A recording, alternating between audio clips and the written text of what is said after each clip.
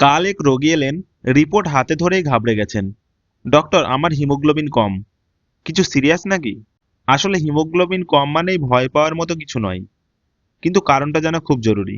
Haemoglobin হলো আমাদের শরীরের অক্সিজেন ক্যারিয়ার। এটা কমে গেলে শরীর ক্লান্ত লাগে, শ্বাস প্রশ্বাসের কষ্ট হয় এবং মাথা ঘুরতে পারে। এই হিমোগ্লোবিনের নর্মাল রেঞ্জ পুরুষের ক্ষেত্রে 13 থেকে 17 গ্রাম/ডিএল এবং মহিলাদের ক্ষেত্রে 12 থেকে 15 গ্রাম/ডিএল। কম হিমোগ্লোবিন মানে অ্যানিমিয়া, কিন্তু অ্যানিমিয়ারও 10টা টাইপস আছে। সবচেয়ে কমন টাইপস হলো আয়রন ডেফিসিয়েন্সি। বেশি দেখা যায় বিশেষ করে মহিলা এবং গ্রোয়িং এজে। ভিটামিন বি টুয়েলভ ডেফিসিয়েন্সি, এতে শরীর দুর্বলতা এবং হাত পা ঝিনঝিন ভাব দেখা দেয়। অ্যানিমিয়া অফ ক্রনিক ডিজিজ, যেখানে diabetes, thyroid, infection, kidney problem এগুলোর জন্য হিমোগ্লোবিন কমে যেতে পারে।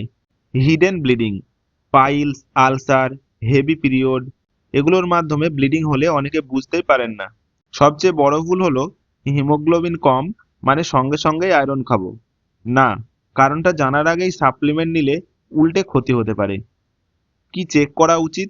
Serum iron, serum ferritin, vitamin B twelve level, stool occult blood, thyroid এবং কিডনি ফাংশন টেস্ট।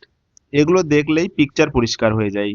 হিমোগ্লোবিন কম দেখলে ভয় করবেন না, কারণটা জানাই আসল। পরের ভিডিওতে বলবো প্লেটলেট কম মানেই কি ডেঙ্গু। ফলো করুন সিরিজটা, নিজের রিপোর্ট নিজেই শিখে নিন।